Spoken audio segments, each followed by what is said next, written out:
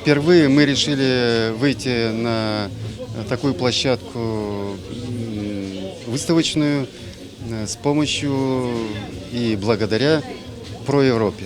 Я надеюсь, что такая выставка, она покажет не только творчество и мастерство наших ребят, но и, конечно же, в эти предпраздничные дни удивит многих жителей и гостей Гагаузии золотыми руками наших учеников. Они у нас очень талантливые, руки, настолько работа спорится, что все работы, которые здесь представлены на стенде, я думаю, что найдут своего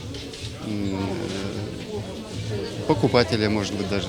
Благодаря Про-Европе общественному объединению Про-Европа, мы приобрели материал. На этот материал ребята изготовили различные изделия. Допустим, плотники сделали вот такие вот ключницы, очень удобные ключницы. Снимаются. Девочки выполнили вышивки из бисера.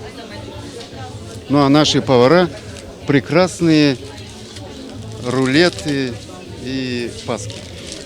Ну, честно говоря, для нас это очень волнительно, потому что мы хотели бы узнать спрос на нашу продукцию и в дальнейшем уже больше продвигать все то, что чему учим наших детей в училище. Учитывая тот факт, что Европейский центр Про-Европа в Камрате работает с социально уязвимыми детьми в области профессиональной ориентации и трудоустройства, и в этом контексте мы работаем с профессиональными училищами Камрата, Чедерлунга, возникла идея, что мы должны показать потенциал и возможности детей, которые обучаются в профессиональных училищах, потому что Чедерлунга предоставляет профессии поварам, плотникам, швеям, и в этом контексте возникла идея выйти на выставку-ярмарку Паскелли и показать всему сообществу Гагаузии, что профессиональное образование очень важно, что оно дает реальные профессии на рынке труда, и это те люди, которые могут производить очень качественную продукцию.